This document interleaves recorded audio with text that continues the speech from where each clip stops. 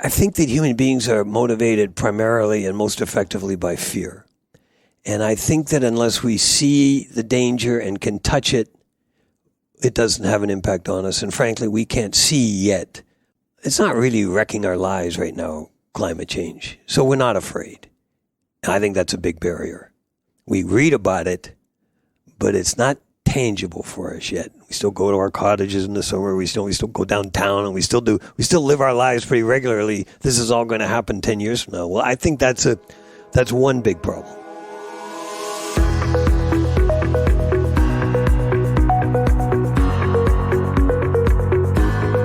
Welcome.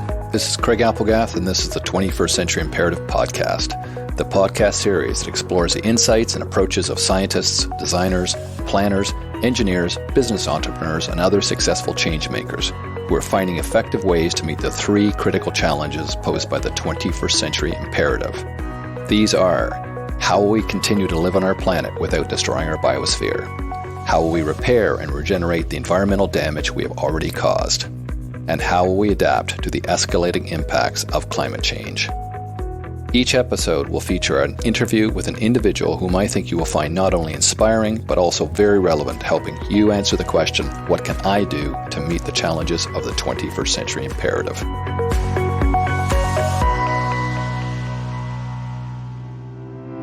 I am thrilled to have Geoff Smith as my guest today.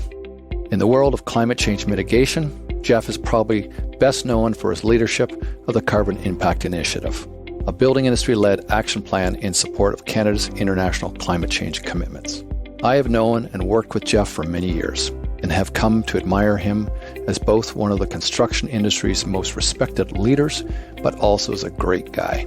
He is one of those rare people who is successful, intelligent, and incredibly competent, while also having a real sense of humility and a wonderful sense of humor. These are the qualities that have made him such an effective industry leader and innovator, and why I wanted to interview him for this podcast.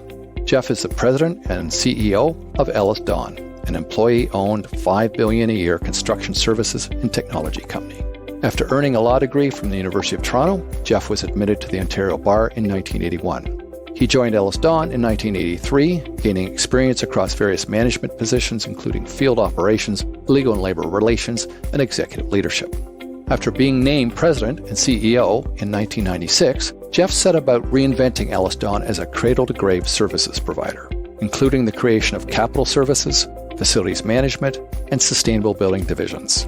More recently, EllisDon has created pioneering initiatives in energy management, smart buildings, software and data analytics, and modular construction.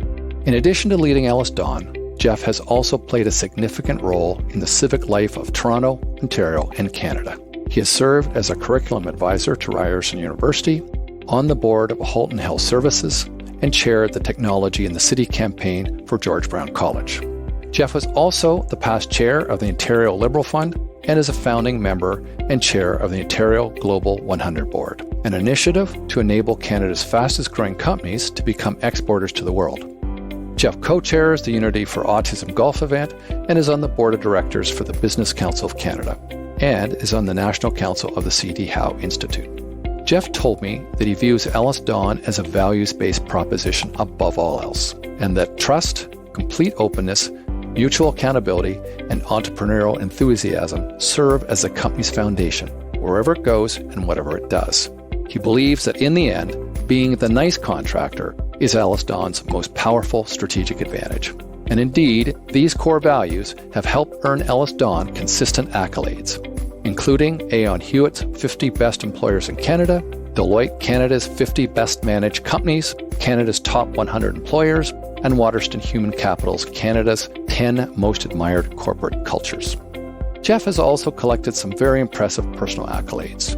He was the recipient of the Ontario General Contractors Association Jock Tyndale Award for Integrity in 2011, the Ernst & Young Canadian Entrepreneur of the Year Award in 2013, and the Donald P. Griffin Sr. Construction Industry Achievement Award presented by the Toronto Construction Association in 2020.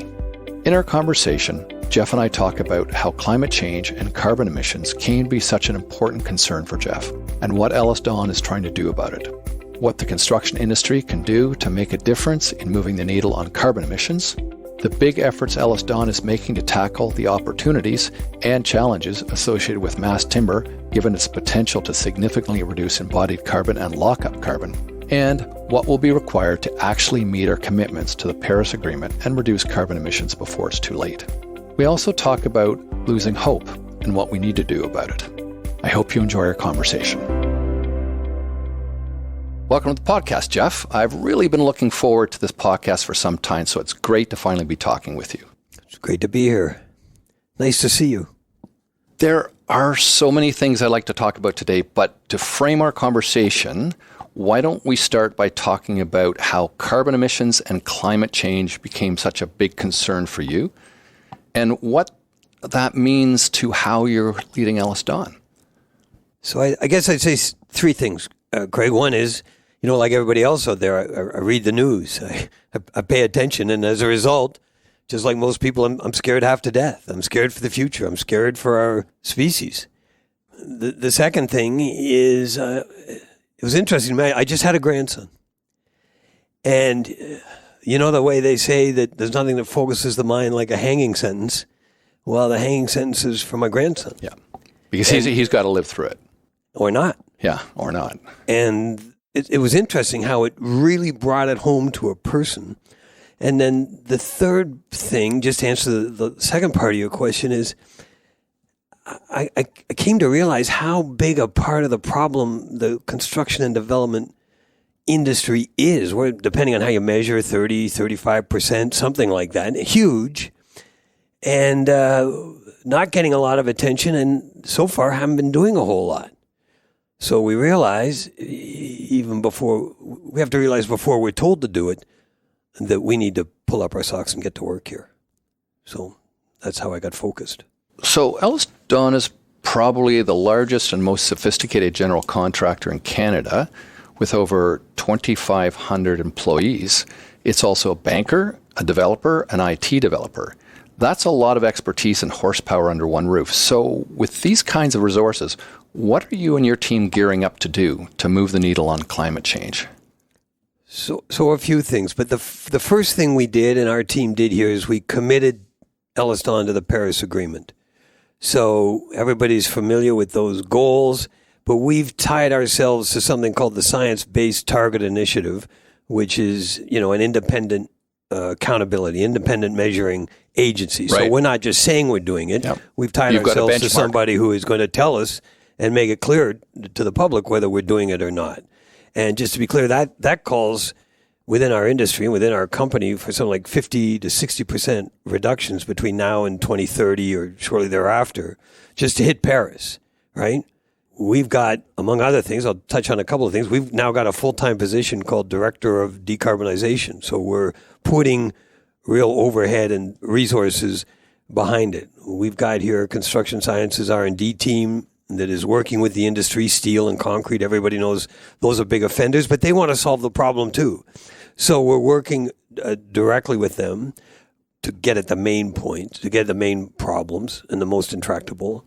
And they're going to listen to you. I mean, you folks, listen, they're going to listen to us do so much buying from them. They're going to listen. And we've got really smart people here.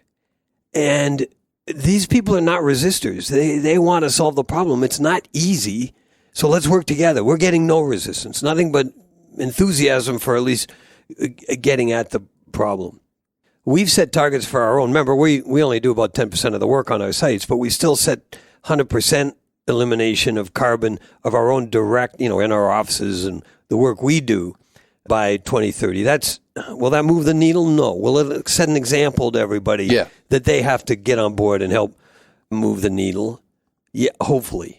Now, the bigger impact, of course, is going to be the broader supply chain, all of our subs and suppliers. We'll talk about that. It gets kind of complicated. That's next. And the last thing I just say is we're really actively trying to start conversations with governments now. They have not, as I said earlier, they've not had their eye on our industry. They need to get their eye on our industry, not to penalize us, but to help us. To partner. That's where we're really engaged now, those sort of areas. What about potential? Where do you think the building and infrastructure sector has the biggest potential to make a difference in reducing greenhouse gases? And what's the best way to get there? Well, so Or a good way to get there. Those are very big questions. So yes, let's start with where the big sort of potential opportunities are, what we have to tackle. As you know, we have to start building not just one-offs as examples, but across the board, carbon neutral buildings, carbon consuming buildings. Everything we build should be like this now. Everything that you design that we build. Let's not build any more polluting buildings. As a subset of that, where's the biggest potential? Just what I said a minute ago. Steel, concrete, in the materials. We've got to do more 3D printing, more, what do they call it? Additive manufacturing, they call it now. Big problem, therefore big opportunities in the materials. And then just construction methods, the construction supply chain with 40 subs on every site operating with their own independent supply chain is really not helpful for producing carbon. So we've got to get at that, and we've got to tackle energy conservation, how we generate energy across the board. Those are the four biggest areas. Nothing easy about any of that, and I'd like to give you a big rosy, we're going to do this tomorrow. No, there's not a lot of rosy right now. There's a whole lot of science, a whole lot of slogging, just a whole lot of getting at it. It won't happen tomorrow, but it has to start to happen yesterday with some real urgency. Yeah, and I know one of the things that you folks are doing that few others are doing, you have a group of like 50 people doing building science, and one of the big pieces of that is mass timber. So you're leaders in that, not just in sort of putting it together, but in actually understanding what it is and how it works. We are unique, I think, EllisDon, I'll boast just a tiny little bit here, in that we have a freestanding construction sciences R&D division. Within that are some of the things that I talked about, all the internal scientists and engineers going after steel and concrete come from that division. But we've also got a group there that's doing mass timber. 2 or 3 of the brightest young people, I think, in this company really wanting to tackle the world. They're working with your firm, I know, and we're changing building codes, we're changing methods, we're changing how high and how broad and how deep and how complicated mass timber buildings can be. We've come a long way in just the last 2 or 3 years. 2 or 3 years, right? Yeah. And we're working with the unions. The unions have really embraced this, so there's a lot happening there. What are some of the best levers to pull to make this happen? We started to talk about it in one When material. I saw this question, I was thinking bigger picture. Yeah. So we can maybe drill down in a minute. But what are the big levers to help us? I think the governments need to weigh in more forcefully than they have around regulations and laws, and telling us and telling our clients specifically, you will change what you are building and how you are building, and you will do it in this way by this date, or you will not be building. Mm-hmm. I just don't see it happening. Setting the ground rules. I don't see it happening fast enough if you leave it to the market and for everybody to get the picture that we really have to do this. If you want to have, how did we get rid of acid rain? Like, I know I'm the old person in the room, but if you remember the 70s, they outlawed it. Right. They outlawed acid rain. So outlaw carbon. Yeah. I think that's the big thing. And then the second thing. And CFCs, they did the same thing too. Exactly. Yeah. CFCs. Yeah. And then they were gone. Yep. Like pretty quickly. Yeah. Really. And then the second thing, and I'm sorry because I know everybody says this, but government funding is going to be required to help pay the green premium. We've got to pay it. The burden is going to have to be spread, effective incentives. That I'll give you an example in a few minutes. Some funding, but more importantly, the laws. Do it by this date, seatbelts. Do it by this date, or you will not be doing anything. You'll find we'll change pretty quick. Right. Give people a horizon. Well, you've almost answered my next question, which is, when he calls, what advice will you give to the new Canadian Minister of the Environment, Stephen Guilbeault, about what the federal government should be doing to help us make this happen? I'm going to rephrase your question and say, if he calls, because I'll get to that in a second.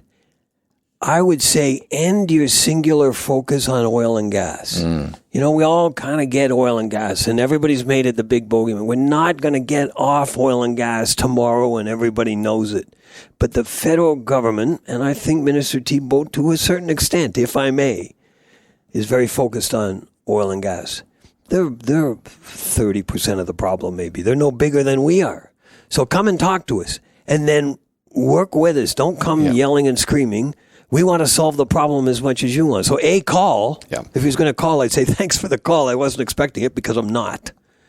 We're reaching out to them. But I hear he's a nice guy and very bright and all that, but they need to broaden their perspective, and then they need to come and say, what can we do together? We've got lots of ideas. And then I'd say, you give us the legislation, we'll work within it. Well, maybe he'll hear this podcast. Maybe he will, and I hope I didn't offend him by saying that. I'm sure he's a tough guy. What about adaptation to the impacts of climate change? For the past few decades, most of the attention has been focused on reducing greenhouse gases. But we're now entering a new era of powerful climate impacts, the likes of which we've never seen before.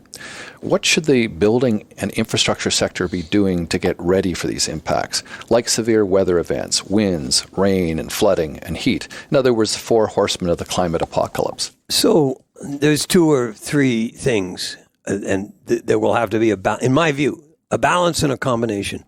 First of all, build the protections. It'll be required. You're going to have to build stronger buildings. You're going to have to build retaining walls. You're going to have to build, frankly, the structures and the heavy structures that will keep, to a certain extent, the impact of climate change at bay. The severe storms, the big water coming up, the rising tides. Design, you have a big part to play in this. But there's also a big decision that we have to make as a society now. You're not going to be able to protect every town on every coastline. Right. You just simply, we've seen it recently, and we'll get to it in a second, the severe climate events on the West Coast recently.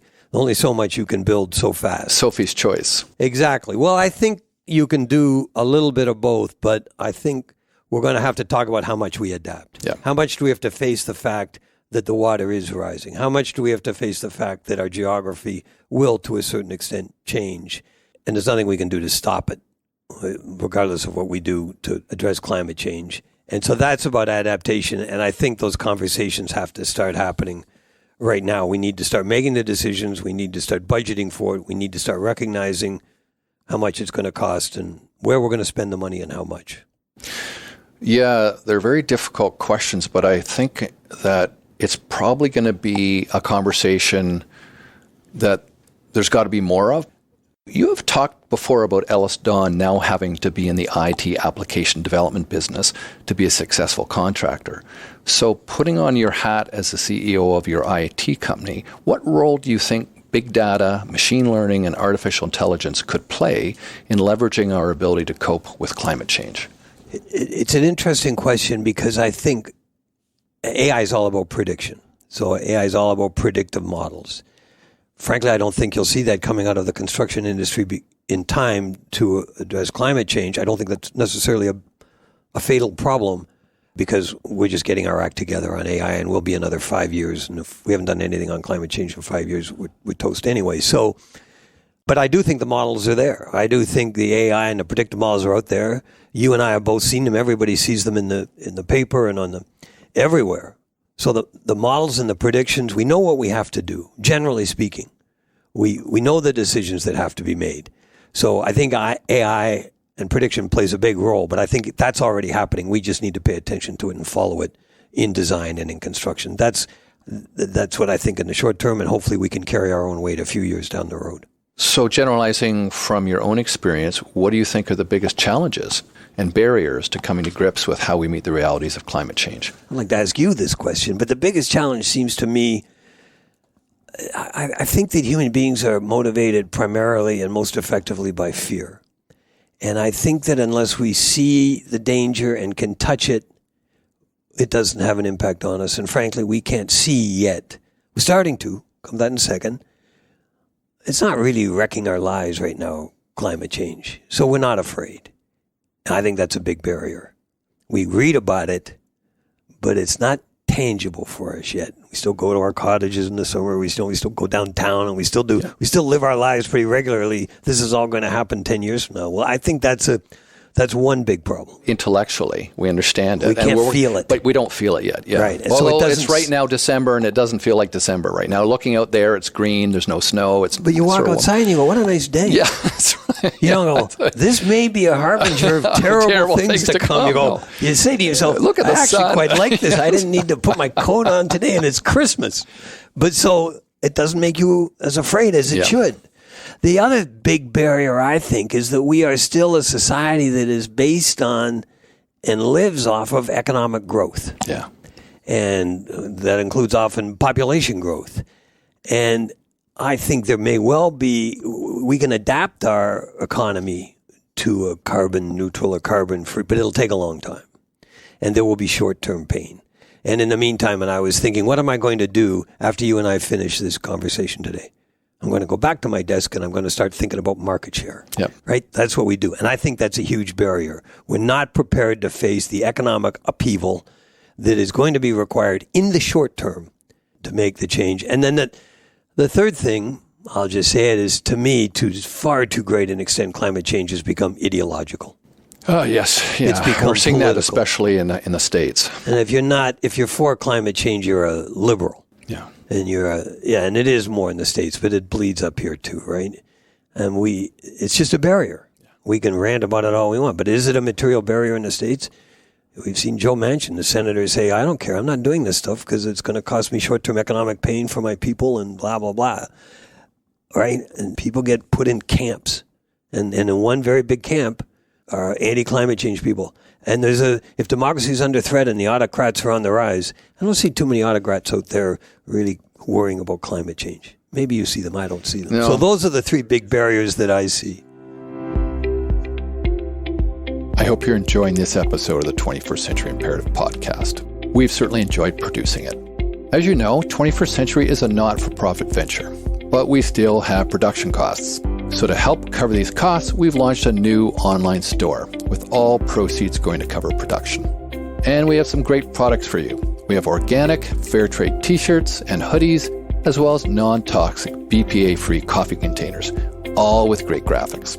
So if you like the podcast, please think about helping us out by buying a t-shirt, hoodie, or mug for you and one for each of your friends. Head over to our website at tfcipodcast.com and click on the 21st Century Store button. You asked me what really worries me, and it's my next question to you. And what about the insidious challenge of willful blindness? I think that scares me the most, our tendency to see only what we want to see. I think this is a huge problem. Just look at the craziness around COVID vaccinations. People's life is on the line. Like, they can see friends dying, and yet they don't want to get vaccinated. I mean, if we can't do that, how are we going to do the preparing for climate change? So it's been one of the most depressing things I've seen. I actually think it's worse than that. Oh, okay. So much for a podcast about hope. Oh, yeah, we get to hope. In the absence we'll get to hope later. We'll get to hope way later. Maybe we'll run out of tape. Think about, beyond vaccinations, think about people who have clear cancer symptoms. And what do? They ignore them. Happens all the time. Yeah, Why? Yeah. Because they're afraid. So when people do get afraid of what's going to happen with climate, one very clear reaction among many people is that they ignore them because they're afraid to deal with it. Yeah. And then the second, sorry to torture my cancer analogy, but I think it's relevant, is heavy smokers get lung cancer. They get diagnosed with lung cancer. What do? They keep smoking.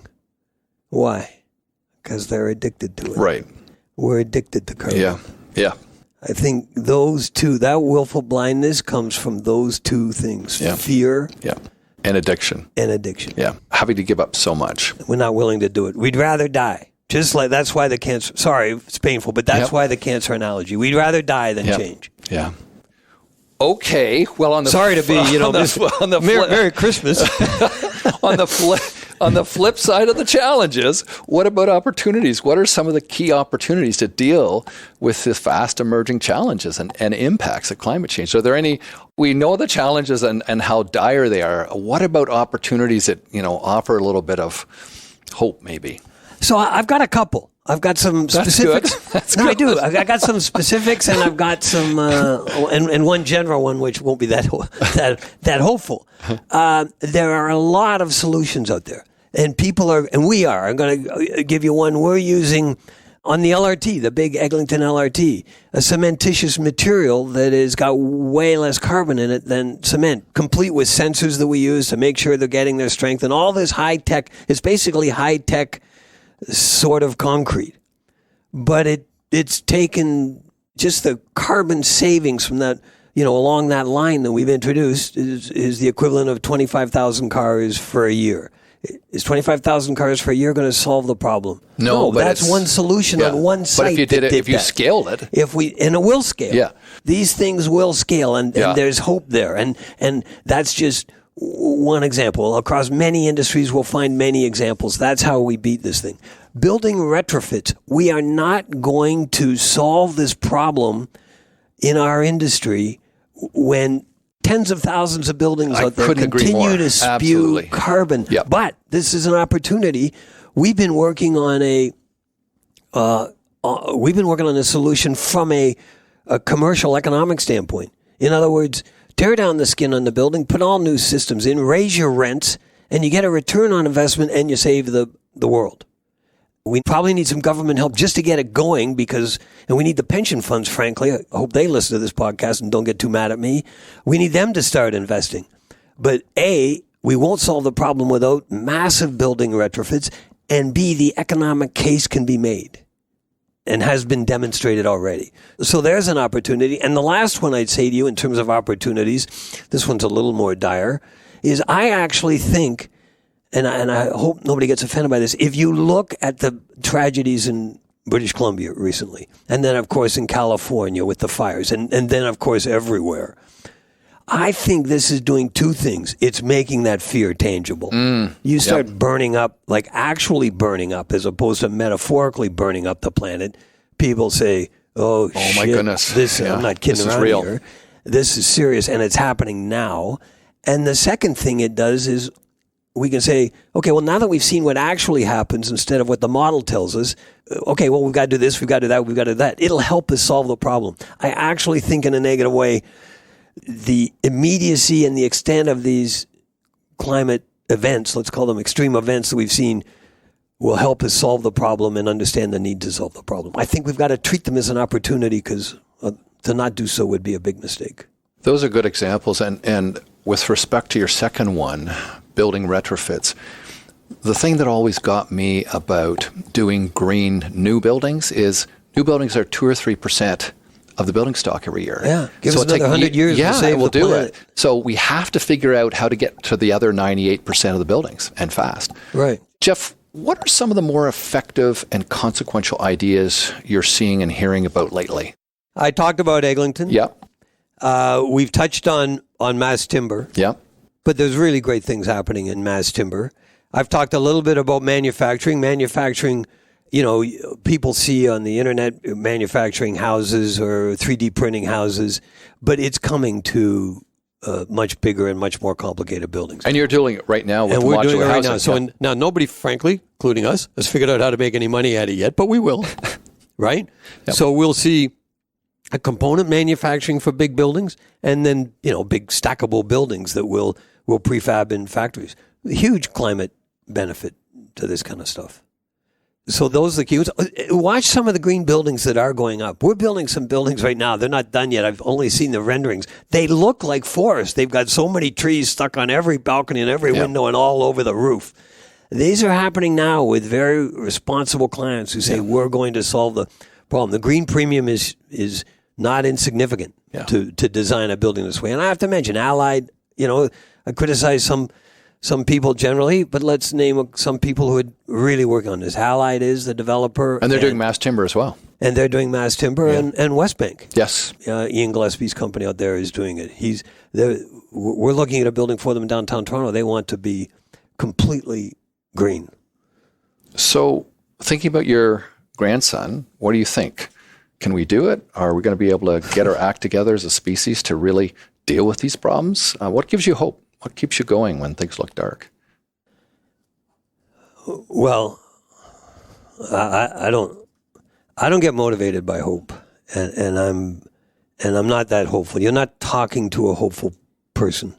Hope doesn't actually. I don't want to say I'm not hopeful, but fear gets me motivated.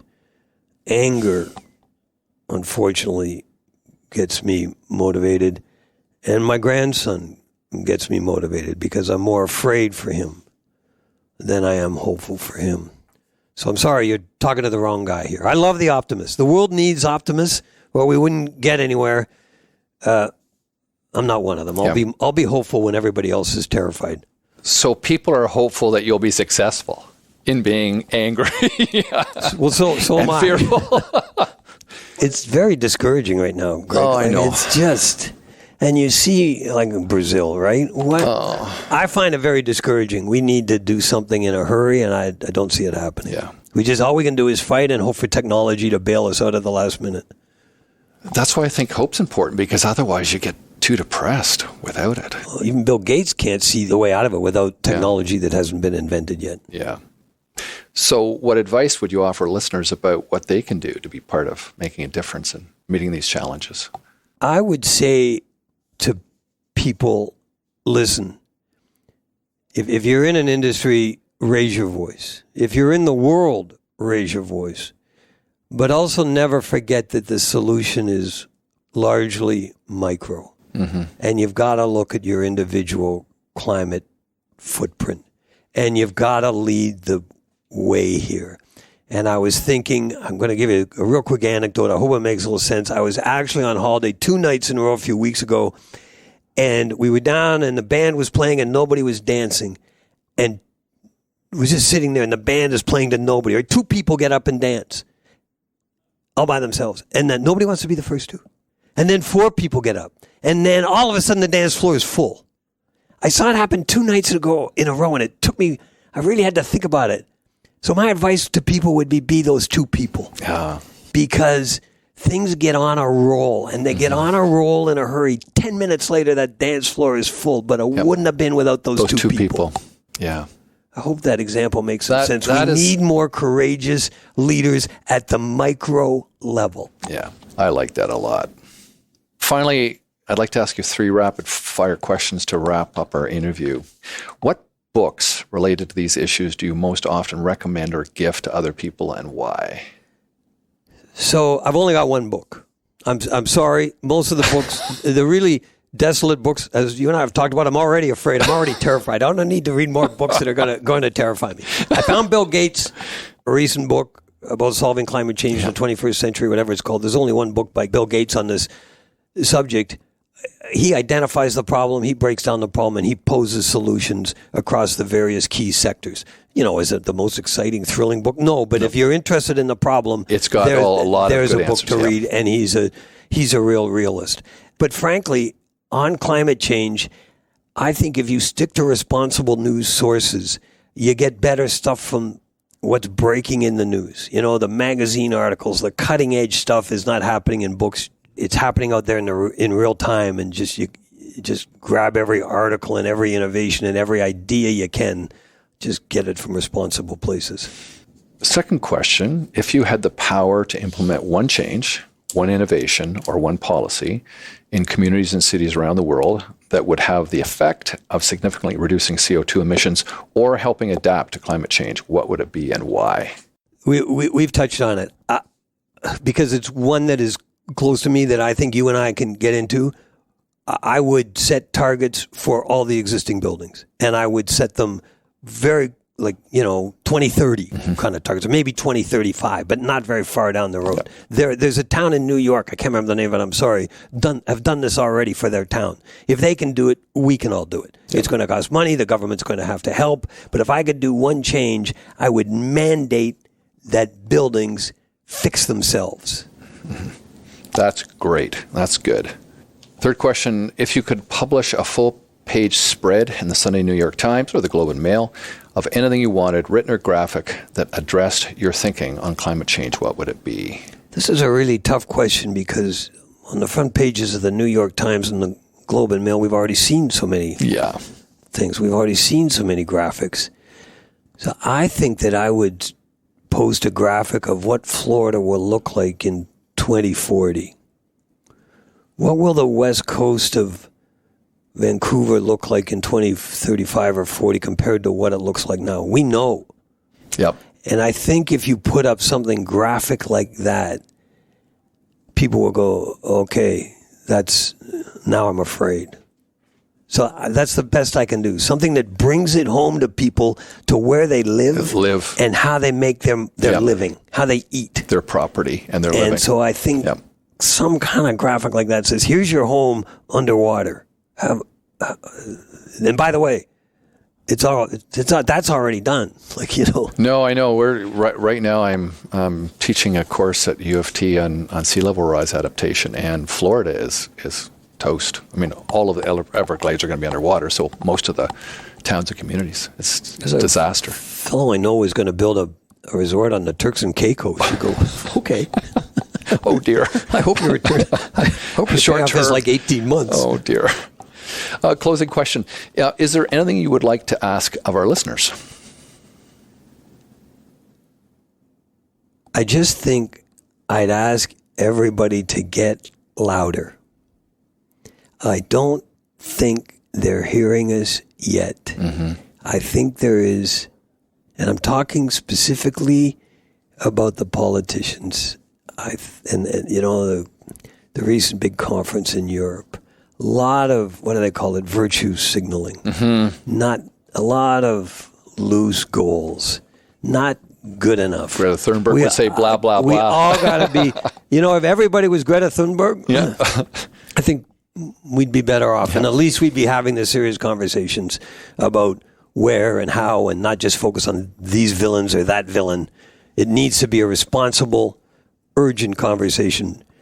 But until people demand specifics, they're going to get more virtual signaling. Get louder. Yeah. Or virtuous signaling, excuse me. Get louder. And finally, what are the social media links that listeners can find you at? Yeah, well, that's an impossible question to answer. I don't. I'm not. How about your LinkedIn?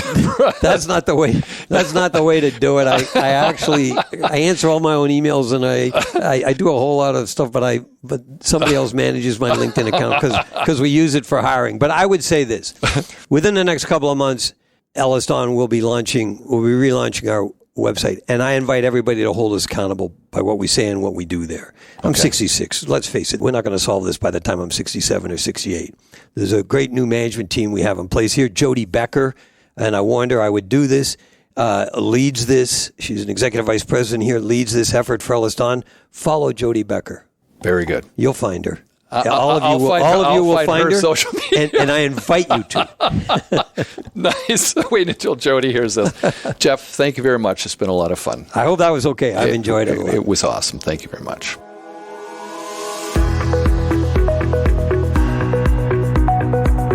You can find links to more information about this podcast and to notes about the books and references we've discussed at tfcipodcast.com.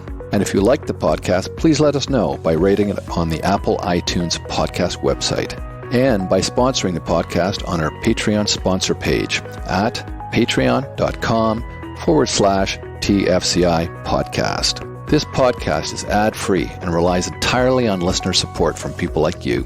So, if you find our podcast interesting and valuable, please consider becoming a patron. Your sponsorship will not only help us cover the cost of production, but we will also be spending 50 cents of every sponsorship dollar to plant trees. To do this, we have formed a partnership with Community Forest International, who will not only be planting seedlings for you, but taking care of them to make sure they continue to grow and absorb carbon dioxide out of the atmosphere. So please head over to the Patreon page and become a sponsor. Until next time, thanks for listening.